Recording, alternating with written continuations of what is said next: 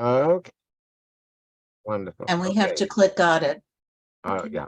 And Okay, after we so- say a blessing, everybody's going to be muted for a bit. Okay. So, Hooray. there is Okay, you know some first of people, all, welcome to everyone. I'll be muted anyway. Okay.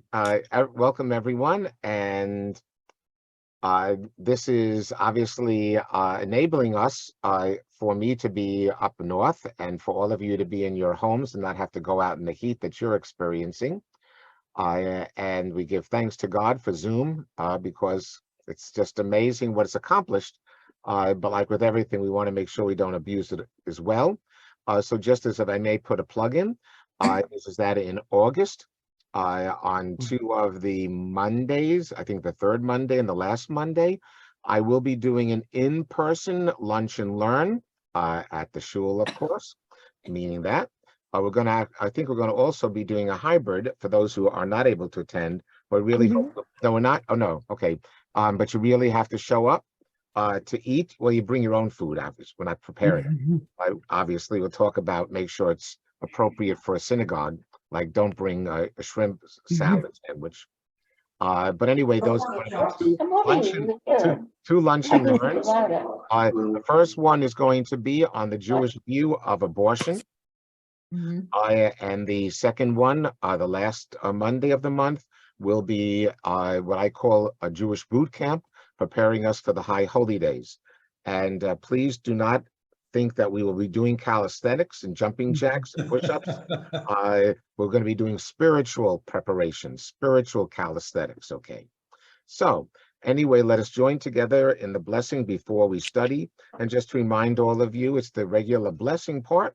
But at the end, the last two words are lasok, 3 words, lasok, b'divrei Torah. Baruch atah Adonai Eloheinu melech haolam asher kiddushanu mitzvotav v'tzivanu la'asok b'divrei Torah. Amen. Okay, so as Archie said to Edith, Betty, stifle them. You know what? Bob Altabet, because Eric is on a meeting. Somebody remind me how to mute everybody because I forgot which button it is. At the bottom, mute. Lower left, there's a button. It says mute, but you gotta click the little arrow. Yeah. Just mute everybody. I was looking there and oh my goodness. I'm so sorry. If everybody would try to mute yourself right now. Yeah. Why don't we let's just all do just that? mute ourselves and be done with it. I apologize. Okay, so everyone, thank you for those who are able to, and Betty will work on that for about an hour. Anyway, today is the day before Tisha B'Av. Although, as we all know, is that a Jewish day begins the night before. Some of you might be familiar with Tisha B'Av and its history. Others of you might not be. But this certainly is a day of tragedy, but also, as I will hopefully help you to understand, a day of hope and a day of looking toward the future.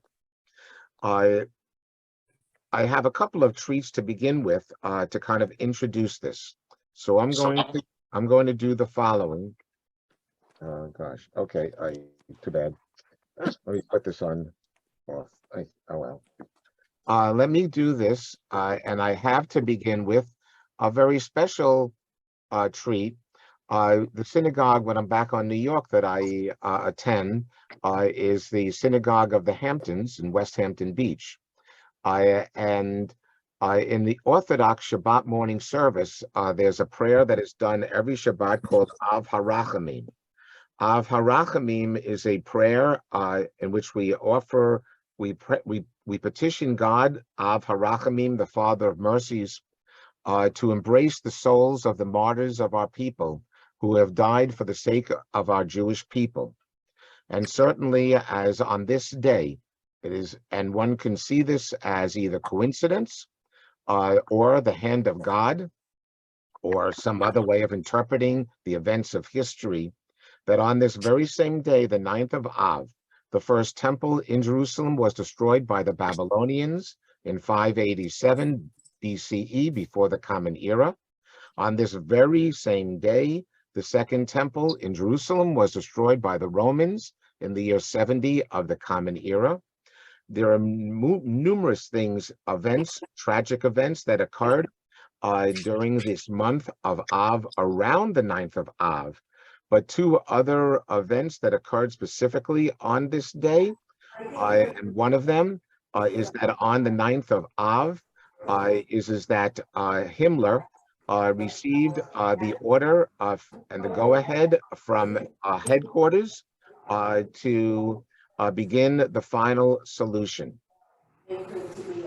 And on this day, or around this day, the Inquisition began in 1490. The First Crusade took off in 1290. All of these things on either the 9th of Av itself or during this period close to it.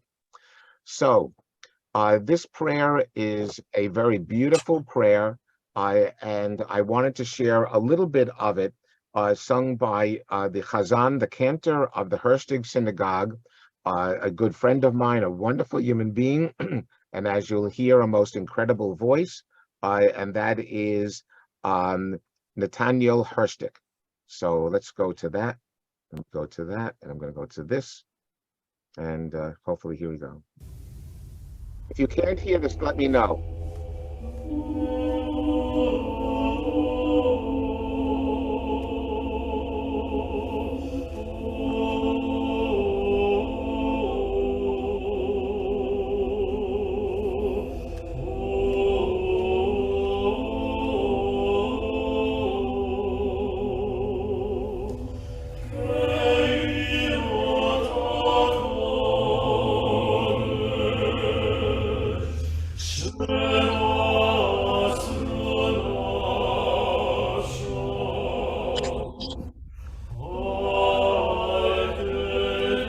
Everyone can hear, right?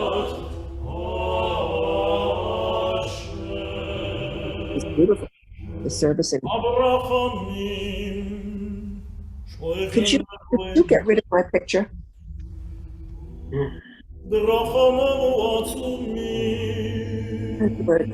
Consume where this picture. You can cut out my video.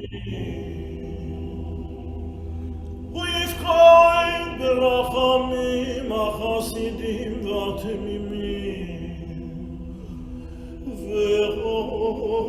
והישורים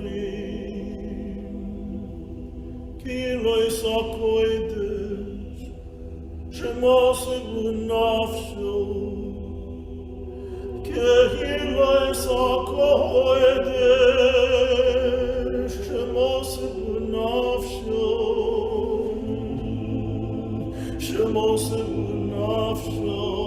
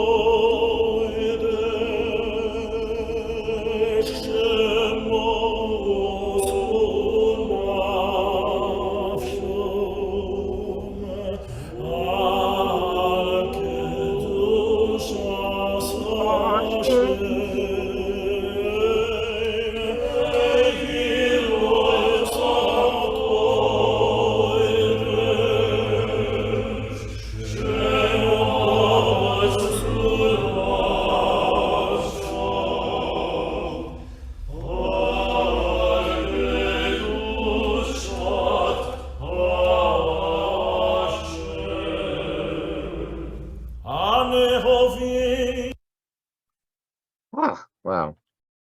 A beautiful piece that we probably could listen to the whole piece. The Rabbi Schneier at the end every year, tears just come down from his face. You can feel the emotions and that is the Hamptons Synagogue. Beautiful shul, right? And by the way, they average during the summer between 500 and 600 people every Shabbat morning. The entire sides of the building open up to the outside patios. So they can, because you can see it's pretty small. And by the way, all the 6 choir members is Orthodox, so they only are men, and all of them are members of the Metropolitan Opera Chorus, if you wonder where those voices come from. It's quite an experience. But those words, Kihilat HaKodesh, Masru Nafsham, B'Shem Adonai, those words, Kihilat HaKodesh, the holy congregation, Shemasru Nafsham. Everyone, turn off your mics. Okay. These congregations, Kihilat HaKodesh, the holy congregations that gave up their souls, Kiddushat Hashem, for the holiness, the sanctification of God's name. And so one can see this holiday, this holy day of Tisha B'Av as just that. It is considered, because of all these tragedies that have occurred during our people's history, as a day of mourning, mourning.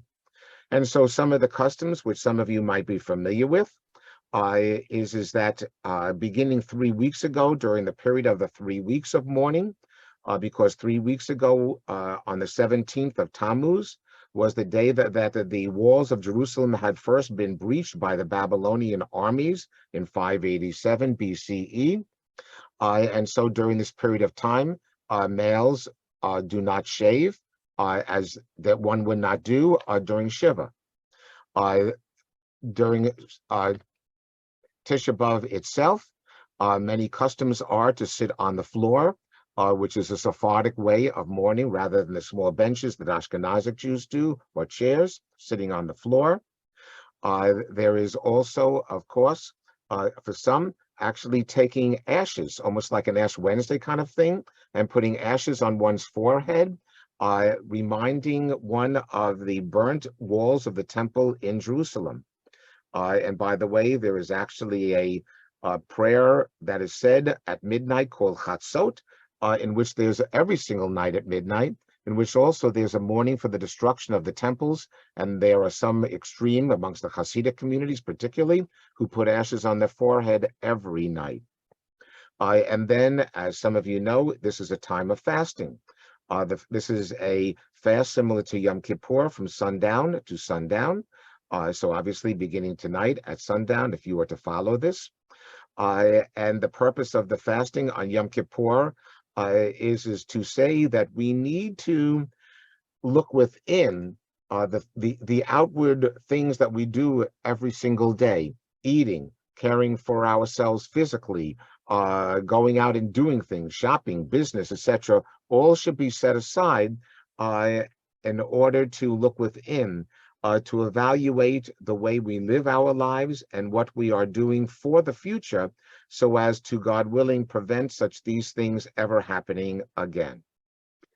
And also the Book of Lamentations is read on this holiday. So I'm going to bring up now a short video that I found regarding the holiday. And it talks about focusing on the destruction of the temple in Jerusalem, and it's going to lead me to the next part of this presentation. So I'm going to continue with this. So far, good. Okay. No, I want this. Here we go. There's something puzzling about Tisha B'Av. It's a day of mourning, to be sure, but usually when we mourn the loss of people who mean the world to us. But on Tisha B'Av, more than anything else, we seem to mourn the loss of a building, of all things.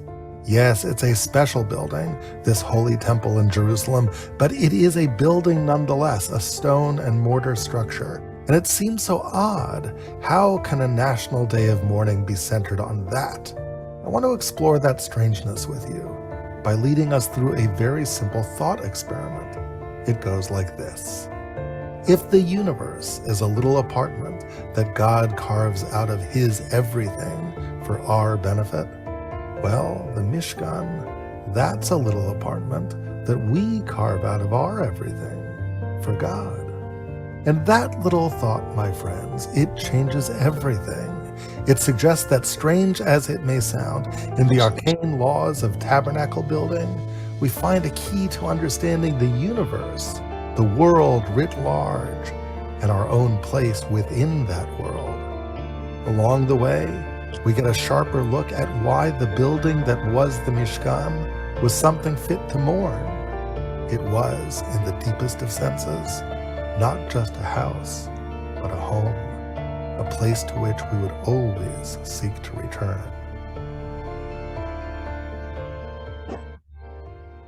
Okay, so I'm going to turn that off. So in other words, I shared that today because I wanted you to think about what this actually means. It's just like, for instance, when we mourn and grieve for the death of a loved one. If we only dwell upon the past, in other words, what we've lost, we really cannot move forward in time to be able to live our lives with that person within our minds and hearts.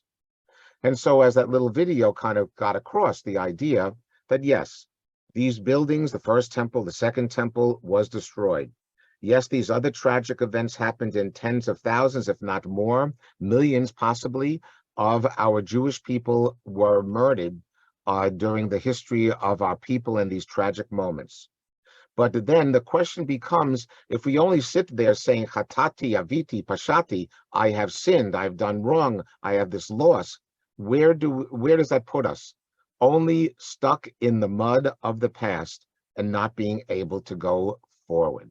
So now, my next sharing is going to be this.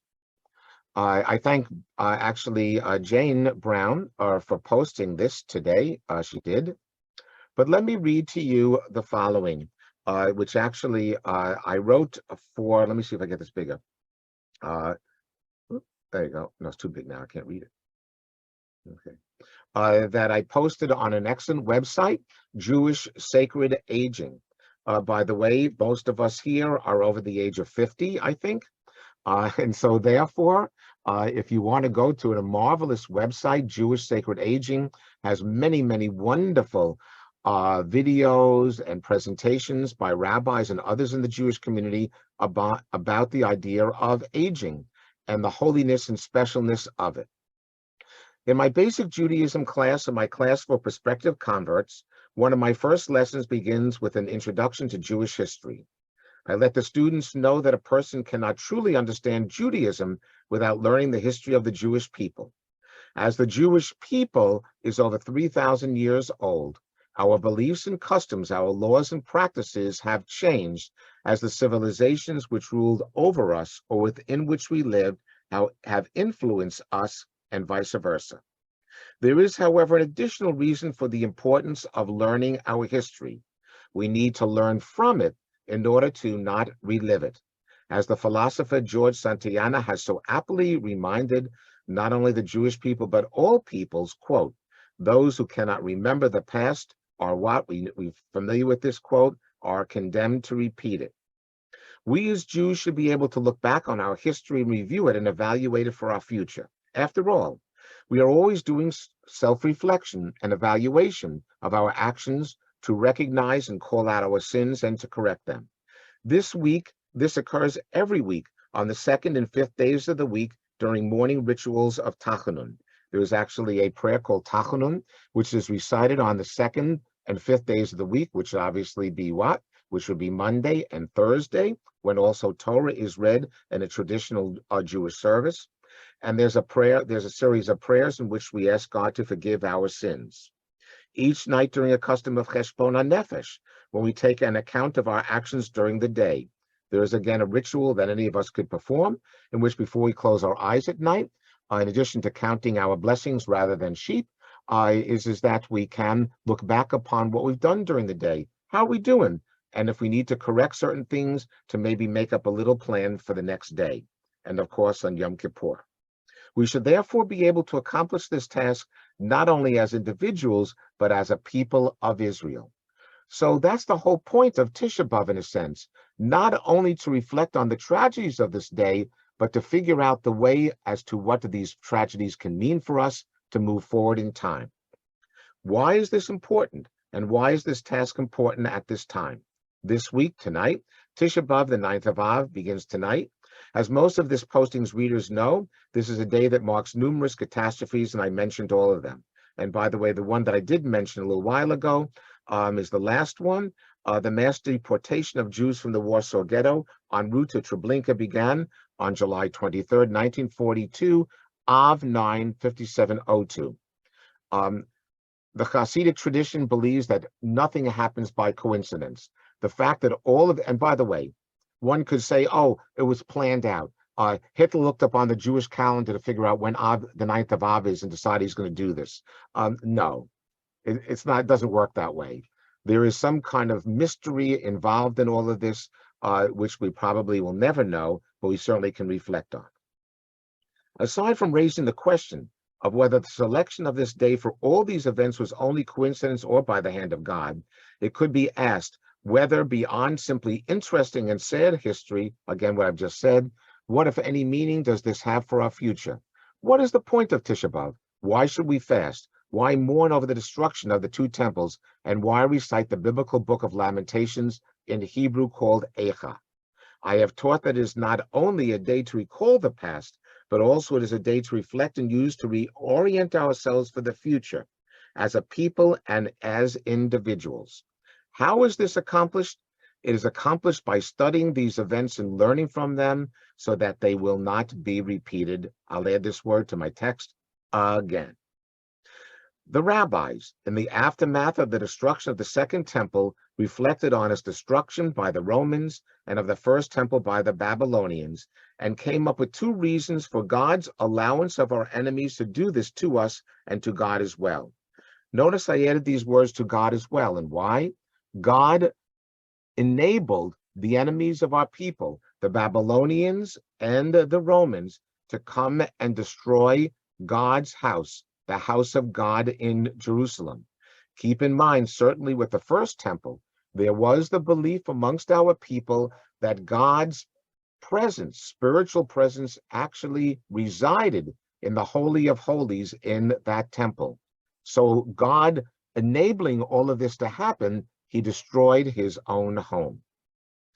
They believed, meaning the rabbis, and this can be all found in the Talmud, that the First Temple was destroyed as punishment for the Jewish people's turning away from God and worshiping other gods as represented in idols. As for the Second Temple, it was destroyed because of senseless infighting among the members and groups of the Jewish people. Leaving aside the theology in these assessments, obviously we're going to have a whole discussion about God punishing the Jewish people and bringing about these terrible events as a part of one's theological belief, which certainly is very much biblical and rabbinic as well. It can be asked as to whether they have any relevance for us today, and I do believe that. And there's only a couple more paragraphs, and I'll conclude this part. I'm not sure about turning to idolatry, but I certainly know that more and more Jews are either leaving synagogues or simply not affiliating with them. And we at Temple Sinai certainly know this. They are failing to support these institutions, which have been the foundation of Jewish life for over 2,000 years. We are witnessing the decline of synagogues, forcing many to close their doors or to merge with neighboring synagogues that are also suffering from declining membership. I do believe that this trend, coupled with a declining belief in God, which I do firmly believe, will lead to the eventual diminution of the Jewish people and of our very existence itself beyond the select remnant of a few zealots. In other words, what's going to happen is, the only Jews who are left will be those of the Chabad and the Satmar and the Bobovich Hasidim. That's going to be it. I don't think any of us here in this room, the Zoom room, would want this to be the case. I could put out that. Okay. Similarly, what happened in the period before the destruction of the temple, we are now witnessing more infighting among Jews, both in the diaspora as well in the state of Israel. This could be, and if I were back at Temple Sinai this Friday night, my sermon would be on what's going on in Israel today. It is terrible. Those of you who have been watching the news. The name calling, the questioning of Jewish status, the lack of respect for others of the people of Israel is growing dangerously high. Such infighting, just as it can destroy a family, it can destroy our people as well. So here's my conclusion. Whether you're observing Tisha B'Av this year or not, I ask you to consider these teachings, these lessons from our past. Are you one of those who has turned away from living a Jewish life? Obviously, for those of you zooming in, no. If you no longer go to synagogue, well, for those of you here, no. Study Jewish texts, well, you can do more. Live any semblance of a Jewish life, then you can begin to correct this. You can find a synagogue, thank God you have. You can find a rabbi, well, me. Make your own Jewish home, make one your Jewish home and the other your teacher. Thank God you got me. Open your mind and soul to God, heart and soul to God, letting the divine presence into your life. The traditional sources offer many paths to God. Why not try one of these paths and see how it will affect your life and bring you back to the community of Israel? And I'll leave out the next sentence, okay, because we understand that. Let us not repeat the past, but rather let us build for the future by understanding and learning from the past. This is the meaning of Tisha B'Av. Am Yisrael Chai. May the people of Israel live forever. Amen. Okay, so let me continue now with my, here we go. Oh, that's so, oh, disappeared. Hold on. Huh?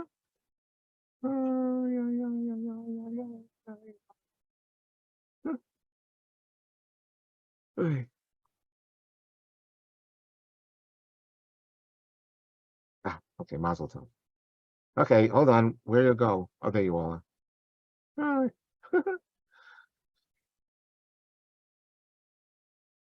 Okay, Mazel Tov. Okay, so I got to do slideshow. Ta-da! Okay, yay, Mazel Tov. Okay. Tisha B'Av. Okay, here we are. Okay. Tisha B'Av, a day of mourning, a day of hope. I hope you now, from my shared with you already, have the sense of what this is all about. It is not just a day to geschrei, to use the Yiddish word, of the past, but to think about the future. The destruction of the temple. I hope you all can see that picture. Pretty messy. Obviously, this is a painting. I don't know who painted this, but it was pretty bad, to say the least. Horrible, to say the least. But as you all know now, if you didn't know before today, is that the Book of Lamentations, Eicha, is chanted. It is a relatively short book, only 5 chapters.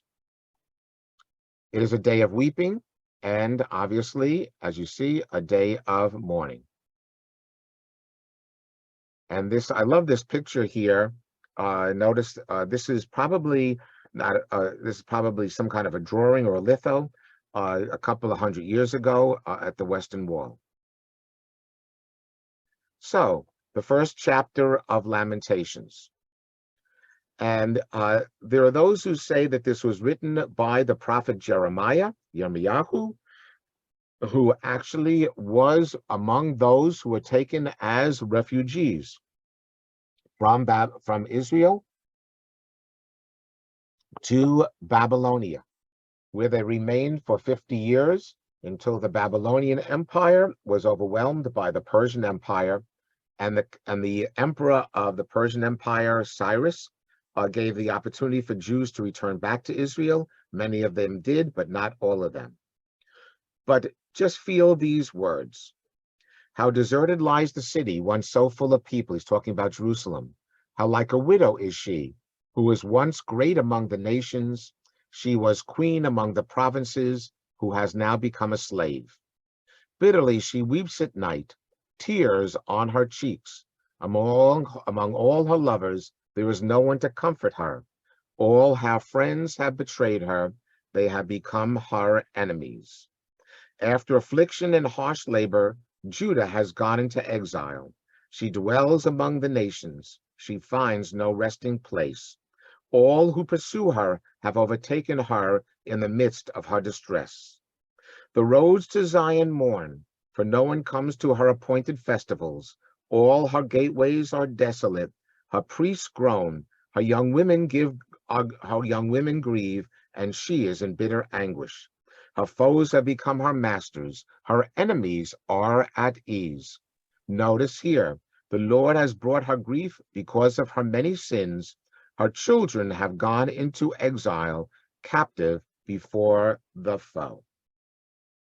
And now I have here on this page the last few verses from the 5th and final book, chapter of Eicha, of Lamentations. But you'll notice the last sentence, 21, last verse, next to last verse, might sound very familiar to you. Joy is gone from our hearts. Our dancing has turned to mourning. The crown has fallen from our head. Woe to us, for we have sinned. Because of this, our hearts are faint. Because of these things, our eyes grow dim. For Mount Zion, which lies desolate, with jackals prowling over it. Imagine the temple in Jerusalem lying desolate of people, the city of Jerusalem the same. But now notice the last words.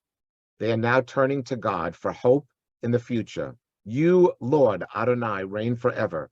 Your throne endures from generation to generation. Why do you always forget us? Why do you forsake us so long? Hopefully these words sound familiar to you, because those of you who come to Shabbat to services every Friday night, or for those of you who stream on, this is the Hashivenu prayer, Hashivenu, when we put the Torah back in the ark. Restore us to yourself, Adonai, that we may return, renew our days as of old. Those words we're going to sing in a moment come from here, Lamentations. Unless you have utterly rejected us and are angry with us beyond measure. What beautiful, powerful words. So, join with me. Hashivenu. Also, we sing this when? On Selichot, right? Adonai Elecha V'nashuva V'nashuva Chodesh Chodesh Yameinu Kekem. It's a very holy day. Return us, O Lord, to you, and we will return. Chadesh Yameinu Kekedem, renew our days as before. There is hope for the future. Obviously, you can see this is by the Kotel, by the Western Wall, and that young man's face so beautifully captured the eyes looking upward for what? Belief that no matter what we have gone through, the future.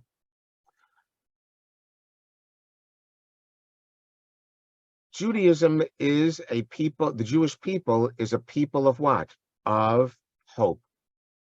We have never given up that hope, in spite of all the tragedies that occurred on this one day or in proximity to this day. We are all very familiar with those words of the Haggadah at Passover. Every single year, whether we were in exile, whether we were in concentration camps, no matter where we were, we ended our Seder every year with the words, everyone, Lishana Haba'a B'Yerushalayim, next year in Jerusalem. No matter how bad things were, we tried always to have a Seder of some sort and said those words. Well, of course, as we all know, in 1948, we finally came back to the Holy Land, and in 1967, we're able to once again enter into the Holy Temple Mount, renew our days as in the past. What an extraordinary people that we are. And so the lesson here is a simple one. Leaving aside the theology of this day in terms of God's involvement in these tragedies is what? What can we do? Two things. To number one, affirm and reaffirm every single day our Judaism. and to help other people do the same. That is why that first temple, according to the Talmud, was destroyed, because people left God and left their Jewish lives, worshipped idols, and went that way. But the words of the reason for the second temple's destruction, I think, are even more poignant for today. The infighting amongst the Jewish people is just abominable, as you all know.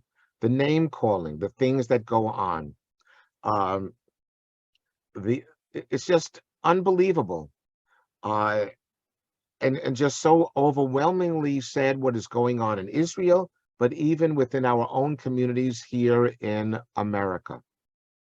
Recently, I was trying to get into a program to fulfill my desire to study more about Jewish law, to study more about Talmud and Shulchan Aruch, etc. And the goal of the program was really for particularly more younger men, I guess you'd say, to be able to receive samicha, to become rabbis. Well, I'm already a rabbi, so I don't have to become a second rabbi. You can become a second rabbi. You can have lots of doctorates, but you can't have two rabbi titles. Rabbi. Okay, it doesn't work that way. However, in discussing with one of these groups, can I do this? I want to study what? I want to study Torah. I want to learn more, which is a goal of every Jew, whether one is Reformed, Conservative, Orthodox, Reconstructionist, Chassid, whatever. That's a goal, the study of Torah. And they said to me, no. One place actually rejected me from the program, and another place said, well, you can study with us, but we can't give you the title of a rabbi or give you a certificate of completion at the end because you are what? Reform. And you're associated with Reformed congregation. What is that all about? If the goal is study of Torah, no matter who you are as a Jew, then that's all that should matter. And so we have a lot of work to do in our Jewish community to be able to move on from Tisha B'Av, as you can hear. So I have another screen to share with you. Oh, there it is. Okay. Let me see. Where is this? Oh, yeah. Okay. I'll make this a little larger now. Okay, good. I wrote a prayer. I actually translated a prayer for today, although this prayer is actually in a traditional prayer book that I use that is recited every single day of the week. The Hebrew words for this prayer were written by a Yemenite rabbi, a rabbi from the country of Yemen, Shalom Sharabi, who lived, as you can see here, between the years 1720 and 1777. By the way, he left Yemen and ultimately made his way to Eretz Yisrael, to the Holy Land. I shared these words of prayer, and then a few moments I'm going to end, although I'm going to end by going back to Cantor Hershtik. May you, Master of the universe, move from the seat of judgment to that of mercy. May you be merciful to me, my family, to my community, to our nation, to Israel, to all humankind. May you deal with us by the qualities of kindness and mercy and judge us fairly. May you save us from all evil, from pandemic, from the weapons of violence, from that which can destroy us, from injury, from sickness, from distress, from depression, from the evil eye, the kind and horror, and from those who wish us harm through supernatural means. May any evil or harm decreed to come upon us be nullified. May we not die before our time, nor be removed from this world, but rather receive the blessing of a long life. May peace be upon us to continue to serve you in your Torah, doing so out of fear and love. Do this for the sake of your name, your Torah, your holiness. Save us by the might of your right arm and answer us.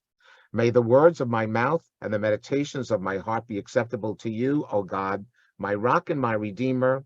I bring my prayer before you at this time. May it be acceptable to you by the greatness of your kindness. Answer me by the truth of your saving power. Amen. So, whether you are fasting beginning tonight at sundown, whether you say, you know something, maybe I just won't eat breakfast tomorrow, do a half a day fast, okay? After all, we as Reformed Jews can kind of mold these various traditions in a way that suits us in our lives. But the point is, and for this, all of you should receive credit in the holy places, you are studying about what this day means.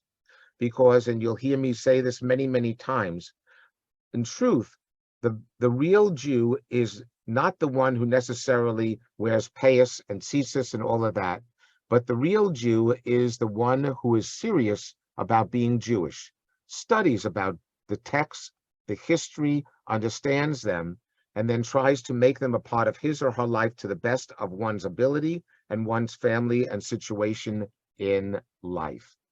So I'm so happy that all of you came today for this and learned a little bit about the holiday. I'm sorry, take it back, by this holy day, okay? And again, whether you fast or not, whether you decide to simply reorient your day tomorrow, tonight a little bit, and making you think about what it means to be a Jew and how to be, in quotes, more devoted to your Judaism. That's what it's really all about. If you think about those interpretations by the rabbis as to the destructions of those two temples, that's what it's really all about, okay? About what you do as a Jew and how do you live that life, again, I stress, to the best of your abilities. And by the way, there are all different versions of fasting. Many, many decades ago, back at my synagogue here on Long Island, B'nai Israel, there was this woman, because we had a greeting line at Yom Kippur after Kol Nidre, and as she came up to me, she gave me a card, and on it said, "I'm not talking for 24 hours." You see, this woman, she never cared much about eating. She actually was very, very thin, but she was one of those people who talks incessantly, and so her fasting was to not talk for 24 hours. Which was kind of a miracle, okay, the fact that she actually could do that and succeed at it. So there's all different kinds of things to, in a sense, give up, to put aside in order to reflect upon the importance of this day. So I'm going to now do is, I'm going to bring up again a little bit of Cantor Hershtick's beautiful words, intoning of the magnificent prayer of Harachamim.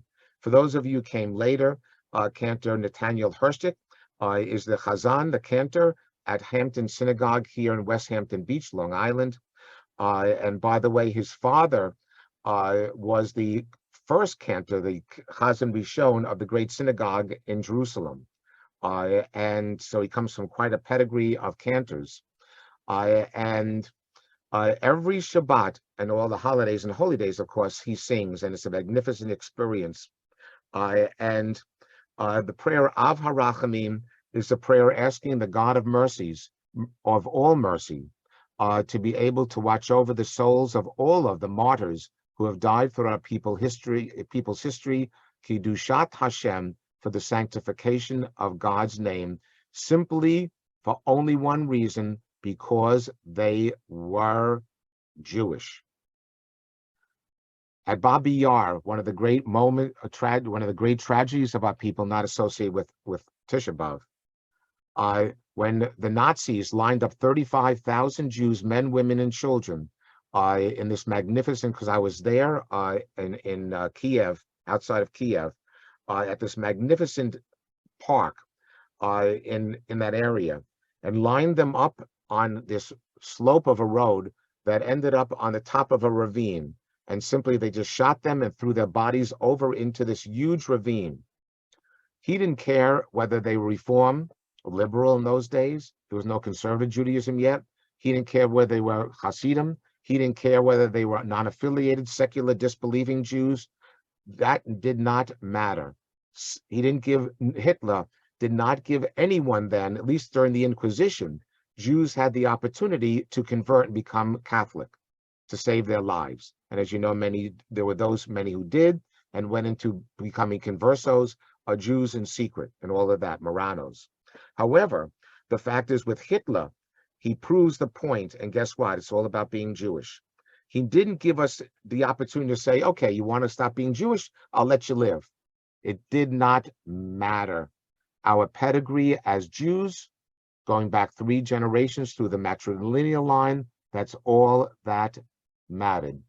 And that's the power of this great prayer of Harachamim, saying to God, no matter who we were, we died because we were Jewish. and thereby we who are alive need to live on in their memories.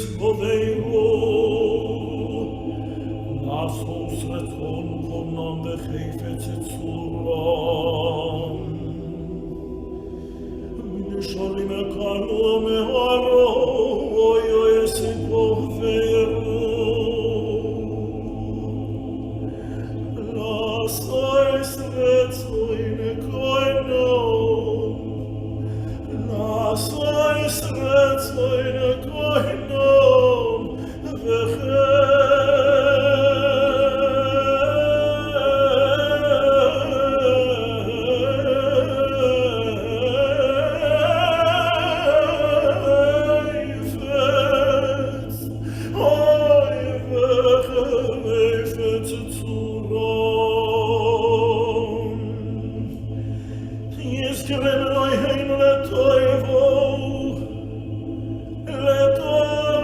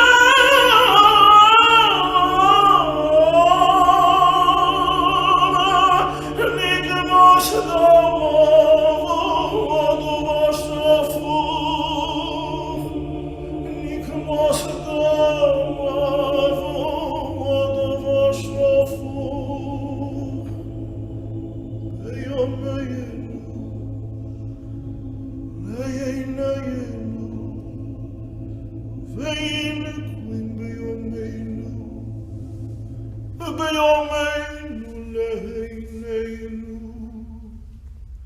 נקמוס דם עבוד ובשופו,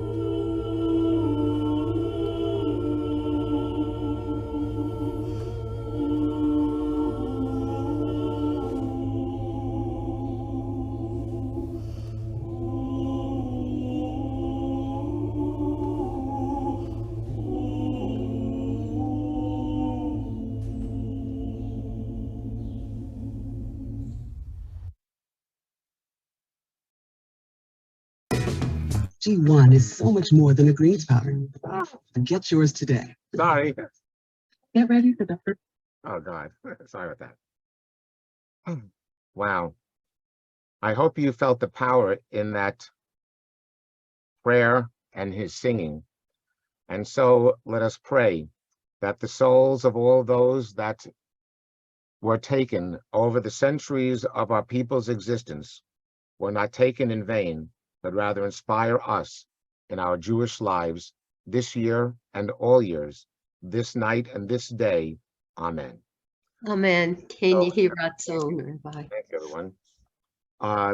You can unmute yourselves if you were. Does anyone have any comments or anything that they would like to add to this before we conclude for today?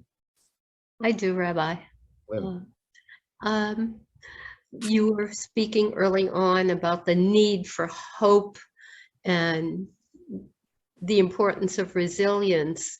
And most recently in Argentina, which suffered from a terrible bombing at what was the JCC in Buenos Aires in the early 1990s, there has now been an appointment of an emissary to the organization of the International Holocaust Remembrance Group, of which Temple Sinai has adopted the definition of anti-Semitism, and now the entire country of Argentina has as well, only in the last few days. Interestingly, that bombing was on Tisha B'Av as well. So hope, as you said. Yeah, we also know how many Nazis were hidden, including Mengele, I believe. Absolutely true. And Eichmann. Yeah. We know that, but a sense of hope. Yeah, that's it. Eric, you had your, go ahead. Yeah, a couple things. One is a comment about something you said, and then also just want to mention a couple of, just two words. The first thing is the comment. Maybe when you read it, and maybe I didn't hear exactly, but what you had said is something to the effect that you think, or maybe you think it's a possibility, or you think this is really going to happen, that we're all going to be gone, and all that'll be left will be the Hasidim, and the ones that only strongly believe, and there won't be anybody like us who are sort of less than the true Hasidim. And I don't agree with that. That's the first thing. And then you can comment that. The other two things I just want to mention is two words, and that is fear and punishment. And I think there's a lot to be said about those two words. Like I could say a lot about them, talk about them, but in terms of this, what we're talking about in our context. But first of all, do you want to talk about that? Do you want to mention the first thing that maybe I got it out of context? Not that that will happen, but that's my fear that that will happen, right? That's why I said fear. And it is. If you look at the generations that are now coming from all of you, from all of us, your grandchildren, how many of them are affiliating with congregations? How many of them are raising their children as Jewish? Or are finding, if they are, finding an easy way out of not, so that you can rent a rabbi for a bar mitzvah and not go to Hebrew school.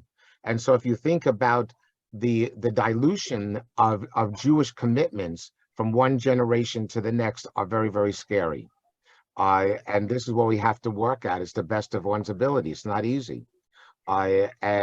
Actually, a number of years ago, I read some study that people were concerned and are concerned about the rate of intermarriage. And they said, well, this will definitely, if there's an intermarriage, they definitely will not be sending their children to Hebrew school and blah, blah, blah, if one partner is Jewish. And actually, in one of the studies I saw, said that it is more likely that if one partner is Jewish, they are more likely to send their children to Hebrew school in the study than those in which both mother and father are Jewish.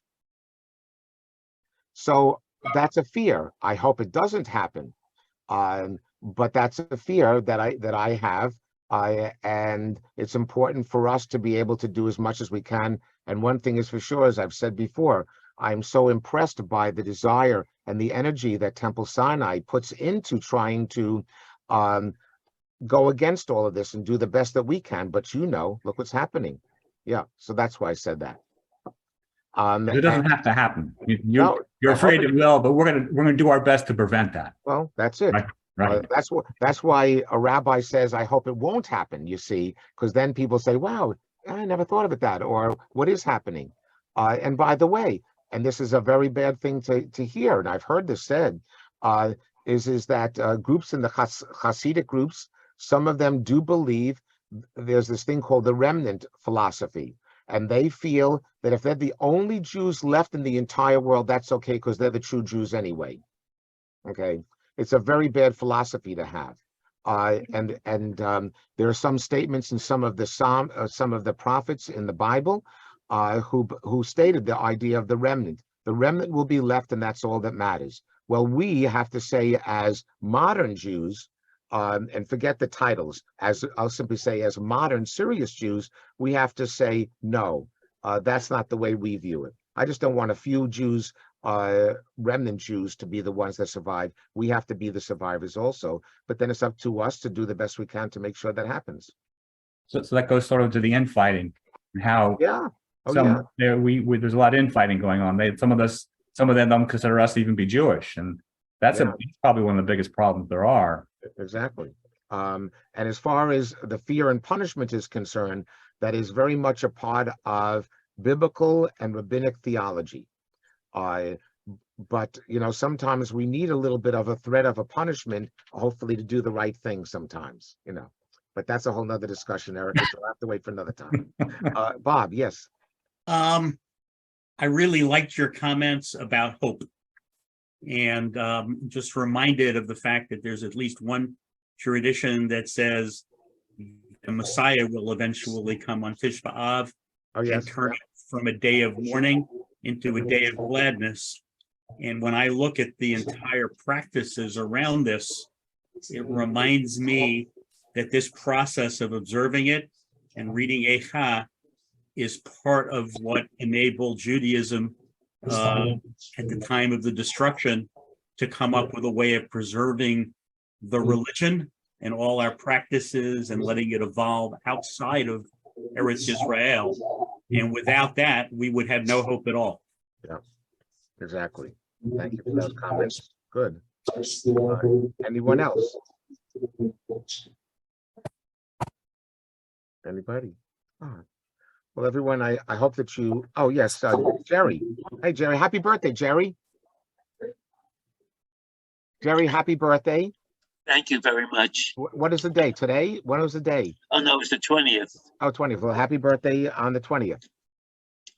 I appreciate that. I appreciate God letting me be here to see my 82nd birthday.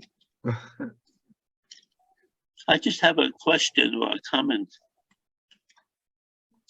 In one of the things you were reading, when someone or some people were talking to God, they threw in the phrase, judge us fairly. Is that bothered me? I mean, if you're talking to God, how else would God judge you? I think that's an insult to God, would judge us fairly. How else would he judge us? Well, that's a very good point. I guess one way to interpret that would be, we're just saying to God to judge us fairly. Of course, God would, but we want our fear is, of course, always it's like going before a judge in a court. You'd like to think that the judge is fair, right? But you don't know. Okay, and so we as human beings always, us as human beings are always on that slippery slope, right? Yeah. I a long time and Jane has her hand up. Okay, so anyway, that's what it basically is. It's just basically when things are not going well, we'll just cry out to God, please be fair as the way you deal with me. Of course, God will always be fair, but we're just so desperate. It's a cry out of help. I think the Book of Lamentations is just that, and even and I don't know if Bob knows the chanting melody for Echam. But it's a very, very mysterious, sad melody because all of our people were just dragged down at that moment, and it reflects that. Jane, you're next there. Yes, thank you, Rabbi. I wanted to thank you for doing this for us today because you are away on vacation and up in New York, and it's just before Tisha B'Av, or as in Hebrew, it's Tisha B'Av, but I was so glad to hear you say Tisha B'Av the old-fashioned way. So it's such an important day, and thank you for doing this for all of us. Thank you very much. Thanks, Jane. And I don't know if any rabbi ever gets on a vacation. I'm too busy here with phone calls. But anyway, temple phone calls. But anyway, I'm always with you no matter where I am. That's for sure. Anyone else? But thank you, Jane. And anybody else have a comment, question?